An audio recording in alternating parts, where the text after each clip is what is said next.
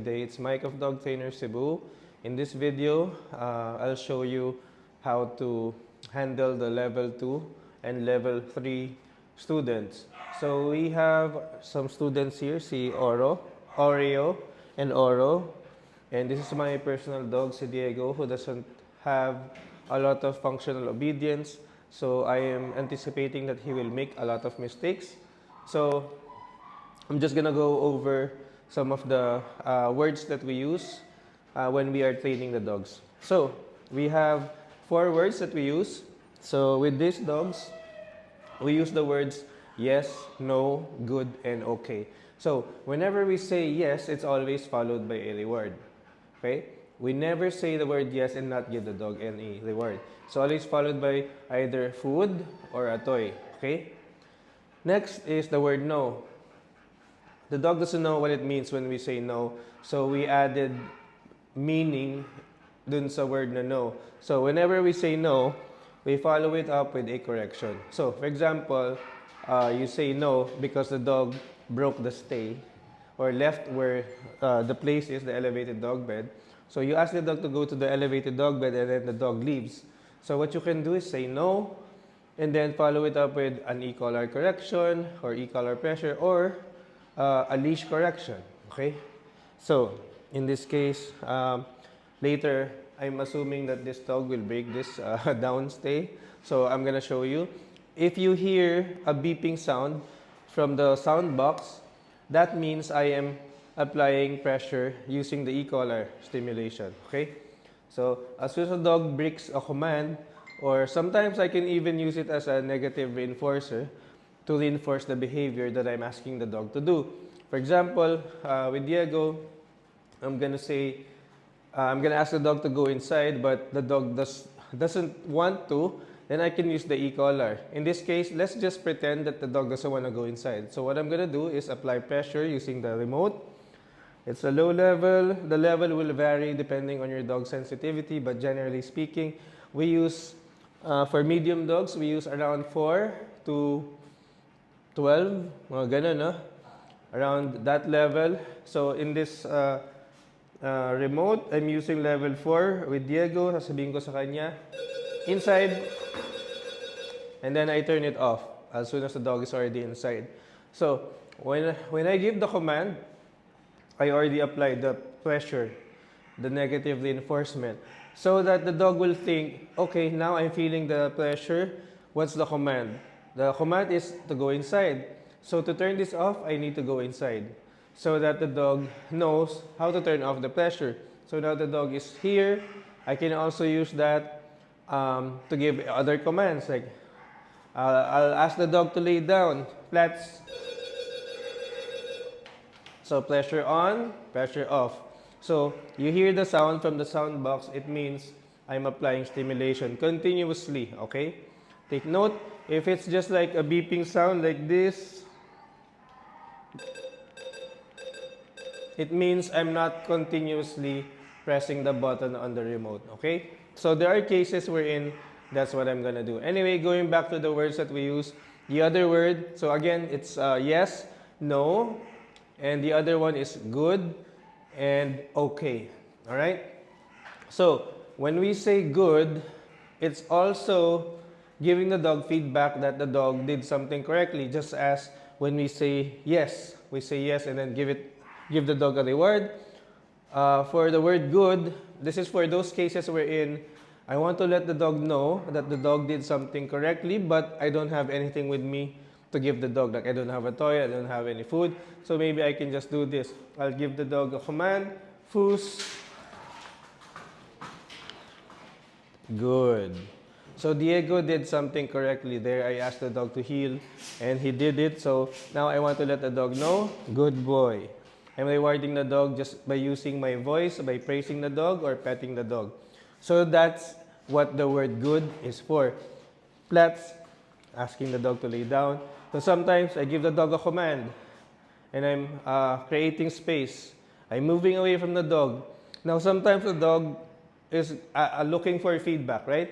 So what I do while the dog is away from me, I can say, good boy. So the dog knows, okay, I'm doing something right. So I'll just keep doing this. Sometimes the dog will break if you don't give any feedback, especially if they're not that good yet with the training. So it helps. So in this case, I cannot say the word yes because that means that the command is over. So if I say yes, then it will end the command. So I'm not going to use that word. Now, the other word is the word, okay, Diego, come. So as you can see, that's Diego. Diego broke the stay already because I told him that it's already done. I used the word okay. Actually, even Oreo stood up because he thinks it's already done, the command. So which is normal. When we say that word, it means the command is over. The important thing about this is it should always be us ending the command, not the dog. So let's say I'm healing with the dog. Fus.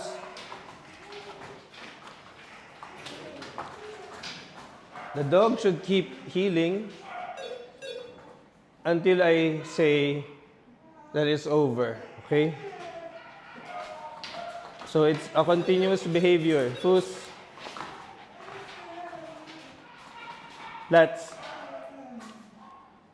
Now, I ask the dog to lay down. I'm moving around him. He's not supposed to leave because I gave the dog a command. Unless I say, okay, Diego, come, Then I gave another command.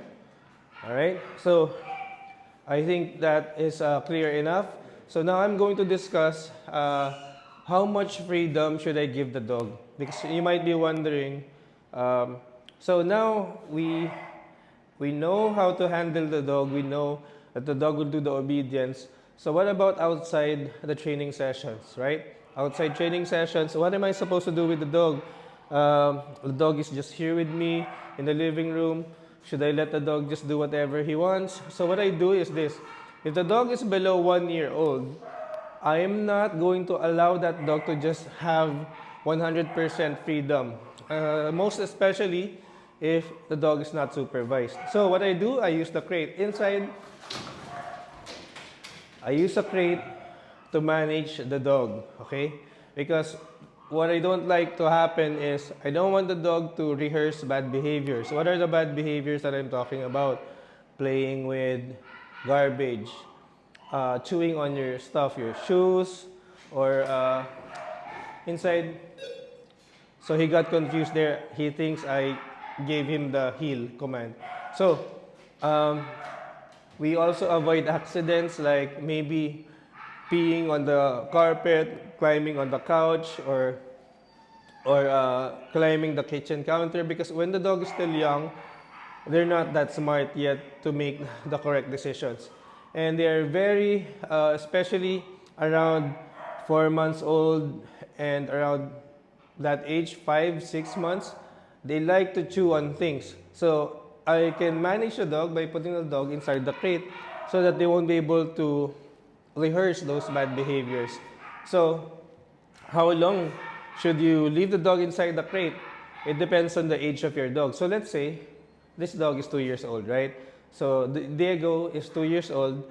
The dog can be here overnight and not pee inside and poop inside the crate. But first thing in the morning, I should take the dog out to potty. Last thing in the evening that I have to do is make sure that the dog will go to potty outside. Otherwise, it's my fault if the dog pees or poops inside the crate. Okay? So, let's say you have a 4-month-old puppy. Can the dog stay inside the crate from 8 p.m. to 8 a.m.? I'm afraid not, because for 4-month-old puppies, you need to set your alarm every 4 or 5 hours to let the dog out to potty. Otherwise, the dog will poop inside the crate.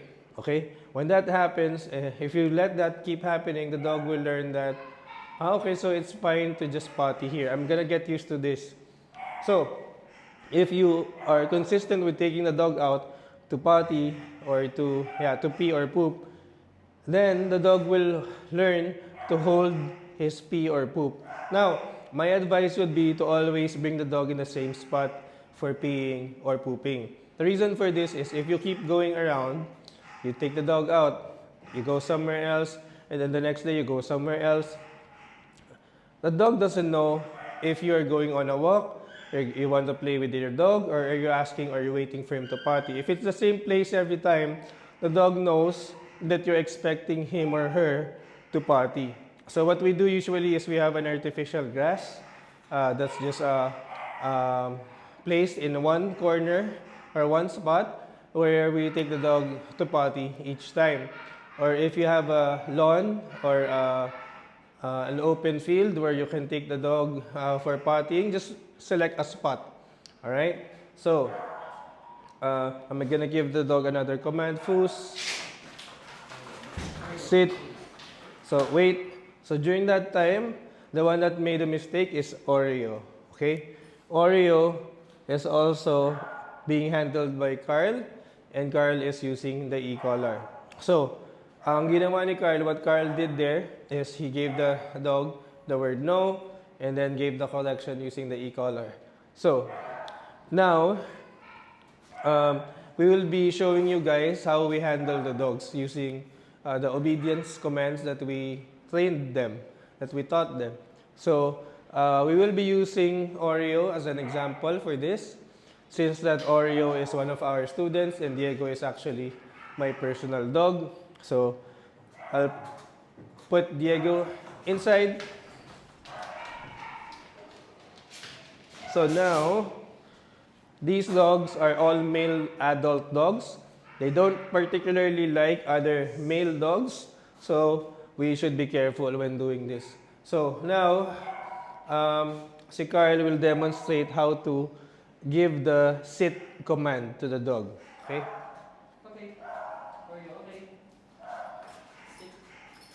So now, this is a level 2 dog, and Oro is also level 2. Now, Yes. you can reward the dog if you want, but it is not really necessary because the dog's been training for a long time already. Okay? So, in this case, you can say yes and then reward, or you can just say good boy, or even just not say anything at all. Pwede rin. You can just say sit, and then just leave the dog, go back, and then maybe release the dog or give another command. So, the sit command is like this. We make a fist. You make a fist and then go upward like that with your hand. That's the hand gesture. That's the hand signal for asking the dog to sit down. The reason is because when we started training the dog to sit down, we have food in our hand. We lured the dog into a sit position. So as the dog sits down, we reward the dog. The dog understands this means sit. Now, one important thing that I want to note is that when I give a command, any command, I say the word first before I do the hand signal. So, example, sit, hand signal. Down, hand signal. It's not sit or down. I'm not doing it at the same time. Now, I know it's normal, it's natural for us to do that, but just try to be aware of what you are doing. Next, down command. So the down command, we point towards the ground. But of course, with most of our level 2 students, they know how to do it even without the hand signal. But just in case the dog is getting confused, doesn't react with the correct response, then you can use the hand signal. So, itry mo, Carl, walang hand signal. Okay. Oreo down. So, the dog is doing it. And then, Carl is giving verbal praise. Good. Good boy. And petting the dog. Okay. And then, releasing the dog with the word okay. Next naman, yung place command. Ipakita. Okay. Oreo, place. Good. So the place command is usually we use it with an elevated dog bed. So this is the elevated dog bed. There are different sizes that you can buy for your dog.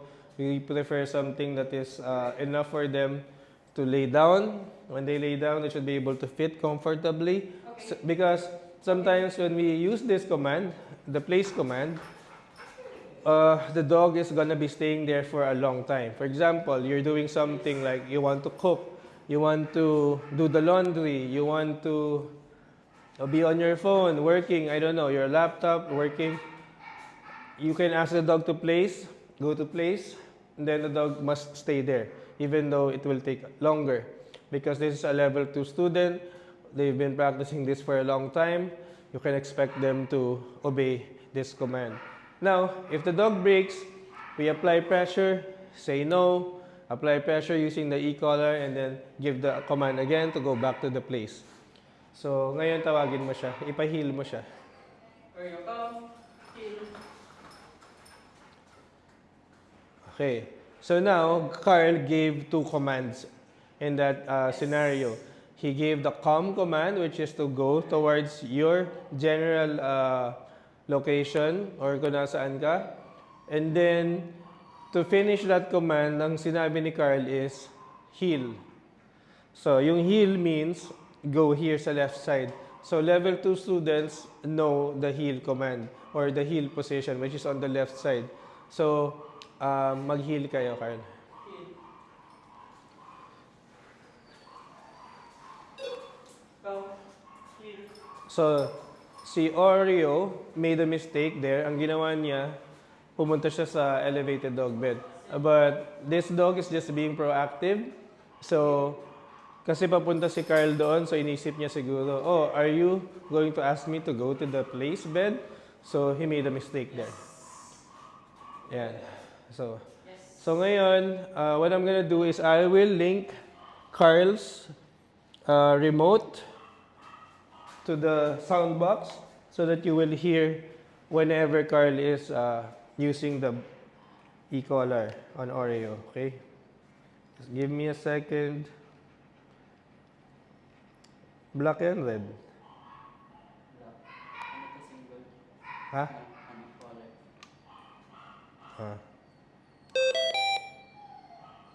Ah. Yan. So now every time Carl will be pressing the button, it will make a sound, which you will hear from the sound box. Heel. So that you will have an idea. Kasi the heel should be here on the left side, not behind, not in front, and not far to the side. Yan. I'll make it a little louder so that you will hear. So, yung e-collar pressure, e-collar sensation, or electrical stimulation, we are not only using it for the heal, for the calm command, we also use it with other commands. And also when giving a correction, okay? Heel. So, when we are giving simple commands like this, like obedience commands, we just use a very low level. Anong number? Nasa 8. So, Carl is currently using level 8 with Oreo. Yeah. So, Carl applied pressure using the e-collar. And then as soon as Oreo is already laying down, he stopped pressing the button on the e-collar. And you can praise the dog Yes. or reward the dog. And you can break the dog, just say, okay. Yes. And then the dog knows it's the end of the command. The dog can do whatever he wants except pull you. So whenever we say the word okay, the dog can do whatever he wants except apply pressure on the leash. It means the dog is not allowed to pull. If the dog is pulling, you can give the dog a correction for that. They know that they're not supposed to be doing that. Next is the calm command. So what we want to do here is just create space. Actually, Carl did not give the sit command, but Oreo is sitting down. So we can use this opportunity for the dog to be asked to calm when called. So you can do this two ways, without the e-collar or with the e-collar. Ngayon, wala. Oreo, come. So now, so it's clear now, right? The dog knows all the commands. Even though we're not using the e-collar, the dog can do it. Why use the e-collar? Because now, we are inside the classroom. There are no distractions except just this dog and that dog. It's not considered like a heavy distraction for these dogs, right? But there will be a time wherein the dog will choose not to obey you. If maybe there's a competing motivator like a cat or some piece of food on the ground, some garbage, some toys that the dog can see. Someone's playing volleyball or basketball. The dog wants to chase the ball, and you give the calm command. If you don't have any means of making the dog really obey you, no matter what, then the dog will run towards that direction away from you instead of coming back to you. So we use the e-collar to teach a dog that from time to time, if you don't want to obey, we can still reinforce the behavior. So it's always the choice that the dog can make, but the other choice, the bad choice, is always going to lead to something negative. Okay? So, next, another thing is yung stay. When we say the stay, when we give the stay command, this is just something that we add with the obedience kasi some dogs are struggling with the down stay or the sit stay. But in reality, when you say sit or stay, or sorry, sit or down, it's already an implied stay. So, pakita mo nga, Carl. So what that means, if they are moving around and then Carl gives the sit or the down command, that means the dog is expected to stay. Sit. Good. Down. So the last command was down, first one was sit. He was never told to stay, but the dog is staying. It's because when you give the down command and I leave you, it's still the down command. You're not supposed to be walking with me because I did not say heel or I did not say okay, if that makes sense. Try mo naman yung sit, stay. I-recall mo siya. Recall mo. Come. Good. Sit. So the only thing that will end the command is another command, or if you say yes, so that the dog can access the reward if you are standing from far away from the dog, or if you say, okay, okay. Okay, he's not listening to me because he knows Okay. it's Carl who gave the command. So this is the tricky thing. Now, I want you to do, what I want you to do, guys, is as soon as the dog goes home from training with us, you must train the dog consistently for at least 7 to 14 days, 1 to 2 weeks. Because I don't want the dog to just obey me or Carl.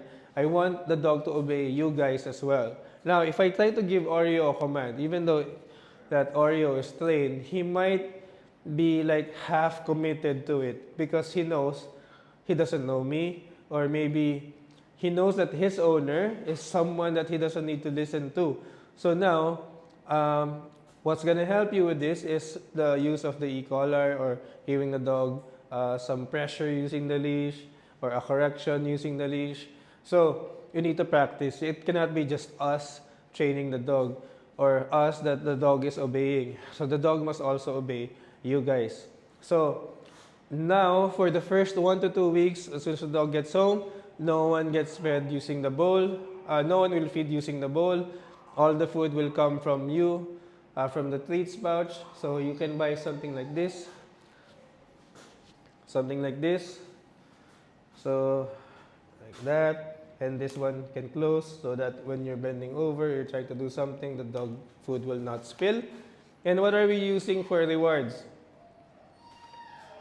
Look at this. This is just dog food. This is just the dog's everyday dog food. We're not using anything special unless the dog is, this is very rare, but some dogs are super, super, super picky. And usually we train the dogs to not be picky. But some dogs, when we do that, they lose some weight. And it's not worth the risk of maybe the dog might get sick, so we don't do that anymore. But majority of the dogs, we just use dog food. So if no one is feeding the dog any dog food from the bowl, once you train, the dog will listen to you and find the reward rewarding. If you feed the dog or someone else feeds a dog food before you start training your dog, the dog is not going to find the food or dog food rewarding. So what's going to end up happening is you have to have something that is higher value, like some treats or some maybe raw meat or some real food that you might need to use to reward the dog, so that the dog will perceive that reward as something rewarding. So another thing that I would like to tell you is the training sessions that we do here, Usually when we upload videos, it's gonna be like 15 minutes long or even shorter, or 20 minutes, 25 minutes. Those are the sessions, right? The dog is obedient. In reality, the whole day, the dog must be obedient. Make sure that when you give a command, you can follow it up with a correction if the dog is not doing it. You can follow it up with negative reinforcement if the dog is not doing it. You can use rewards to motivate the dog. You can praise the dog, show the dog that there's something in it for him when you're asking the dog to obey. So it's not always one way that, oh, you do what I want and then there's nothing in it for you. So this is why, even though the dog is doing it without the rewards, from time to time, I always reward the dog. Oh, sorry, not always. From time to time, I reward the dog. Not always. So, I hope that this video will help you continue the training at home with your dog. And now the last one we will show is the loose leash walking. Okay, Kyle, loose leash walking. So, loose leash walking this is another way to walk the dog without asking the dog to heel. So what that means basically is the dog can be in front of you, can be on your left, on your right, or even behind you while you're walking the dog outside in public or around your property. The only thing that the dog is not allowed to do is to pull on the leash, okay? So when the dog pulls on the lead, I can give a correction using the e-collar. Or if I'm not using an e-collar, maybe just a prong collar or a fur saver, I can pop the leash to let the dog know that you're not supposed to put any tension on the leash. So it's supposed to look like this. So let's say this is the dog, my left hand. I'm holding it. I'm holding the leash like this. I want the leash to look like this. If the leash is like this, there's tension on the leash. What I'm gonna do is I'm gonna either correct the dog using the e-collar, or if I don't have an e-collar, I'm going to pop the leash like that. So notice I'm not doing this. So there's tension, the dog is pulling, and then I'm gonna pull. No, I'm not just gonna pull. What I'm gonna do is I'm gonna bring the leash back to put slack on the leash before I pop the leash. So I'm popping the leash to let the dog know that every time you put tension on the leash pops. And you don't have to say anything. You don't have to say no. You don't have to talk to the dog. It's just something that we teach the dog that every time you put tension on the leash will talk to you by popping. So that the dog will avoid putting tension on the leash and the dog will yield to the leash. So let's say, try mo sa kanya. Like, i-ganon-ganon mo siya. Move the dog around. So, the dog knows how to follow the leash. So, kapag I put tension going here, the dog should also follow going this direction. In that case, there's a female dog, Oreo, doesn't want to follow the leash. So, what Carl did is use the e-collar to apply pressure. Kasi right now, Oreo is using a slip lead. Normally, we don't use the slip lead. It's only for taking the dog out of the kennel and bringing the dog back when we remove the prong collar. But normally, we use the prong collar. Lakasan mo yung correction mo sa kanya kasi hindi niya pinapansin using the e-collar. Lowbat na ba? Namatay na? Sorry guys. The remote turned off, so that's why. We need to pop the leash. But normally, we use this, the prong collar.